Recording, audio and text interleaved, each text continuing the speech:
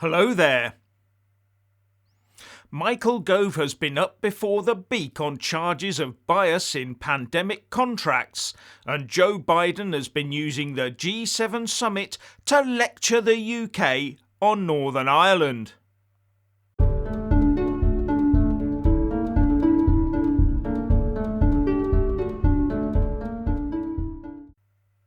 As per usual, please like, subscribe and comment below. According to the UK High Court, the government acted unlawfully over awarding one company with a £560,000 COVID contract. And of course the left is all over social media demanding that the minister involved, Michael Gove, be sacked. Now this involves a communications company called Public First, run by acquaintances of Dominic Cummings, who had worked with him for Michael Gove when he was the Education Secretary. So those people at the Good Law Project took the government to court to prove that there had been apparent bias in the process, no doubt hoping for a Tory ministerial scalp in the process. Anyway, in the end the judge ruled that the claimant is entitled to a declaration that the decision of the 5th of June 2020 to award the contract to Public First gave rise to apparent bias and was unlawful. Much to the jubilation of the left, with Labour MP Richard Bergen proudly tweeting, "Today in Parliament I called for Michael Gove to be sacked after the High Court found he had broken the law in the awarding of a £560,000 COVID contract to a firm run by his former advisor." But we should also consider that the judge said apparent bias, not actual bias, and that the judge also said, "The fair-minded and informed observer would have appreciated that there was an urgent need for research through focus groups on effective communications in response to the COVID-19 crisis, and that those research services were required immediately." And also that Dominic Cummings had been uniquely placed, given his experience and expertise, to form a rapid view on which organisation might best be able to deliver those urgent requirements. And two other claims by the Good Law Project were rejected by the judge.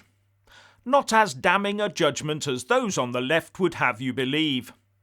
But while those looking to destabilise the Tories might feel they've done their job, even if only partially, maybe they need to consider the longer-term implications.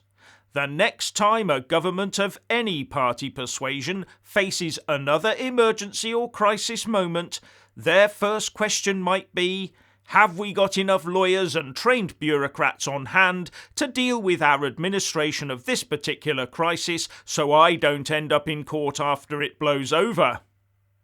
We could end up with fast decision-making being hamstrung by the need to ensure that every I was dotted and every T crossed. It would be like a general being told he cannot commit troops until the lawyers have been over the plans to ensure there was no bias against any particular soldiers. "We have loads of ammo, sir, but we can't go into battle," cries the Major, "because we have too few lawyers and administrators," said no UK military officer ever. And could this bureaucratic anchor then potentially cost lives down the line? So I do have to ask whether it was really sensible to take this case to court. Moving on. And now a bit of breaking news on the Macron slapper. No, not her, the bloke that gave him a slap across the face the other day. Sky News is reporting, a 28-year-old man has received a 4-month prison sentence after slapping French President Emmanuel Macron in the face. Damien Tarrell was also given an additional 14-month suspended sentence for the offence, which took place on Tuesday. Sounds a bit excessive, especially when it is also reported that Tarrell is now banned from ever holding public office or from possessing a weapon for 5 years. If the same had happened in the UK, I reckon the courts would have given any Boris slapper a medal. Now for President Biden. The US President Joe Biden has been out and about lecturing the UK on keeping peace in Ireland, or more precisely, Northern Ireland. I mentioned this in a video this morning, and it seems that most Brits are not at all happy with being scolded by yet another Democrat US President.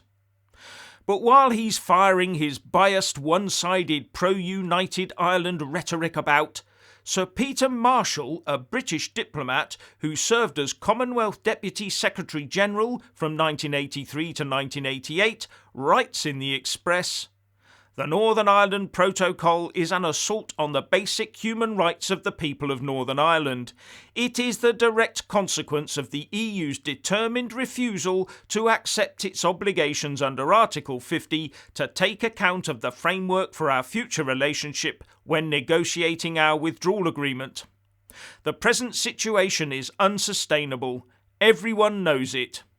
President Biden, we are told, is primed to urge Boris Johnson to go along with the EU's demands. He must have none of it." And he goes on to say that Boris Johnson should line the EU 27 leaders up and ask each one to give one good reason why they refuse to negotiate with the UK on the basis of established rules. The European leaders won't, because they can't. End of story, he writes. And in the Telegraph, Niall Gardiner says, Joe Biden should keep his sneering anti-British, anti-Brexit views to himself, as well as, before insulting the Prime Minister, the President should remember that people in the UK voted to leave the EU and take back control. And Tory Brexiteer MP John Redwood put out on Twitter, "If President Biden wishes to back a good outcome on the island of Ireland, he needs to press the EU to respect the UK internal market and the views of the majority in Northern Ireland. It is the EU disrupting trade." Sounds like Joe Biden has stirred a bit of a UK hornet's nest here. And Lord John Kilclooney gave his verdict on the protocol by simply tweeting out, "EU bans Asda and Sainsbury sending sausages to its stores in Northern Ireland, as they might send them on to stores in the Republic where the Irish might get poisoned. But Asda and Sainsbury have no stores in the foreign Republic, only in Northern Ireland in the UK." Joe Biden has now picked his side, and it is not the side of the UK. So what's your opinion on the Gove case and Biden's demands? Please like and comment below.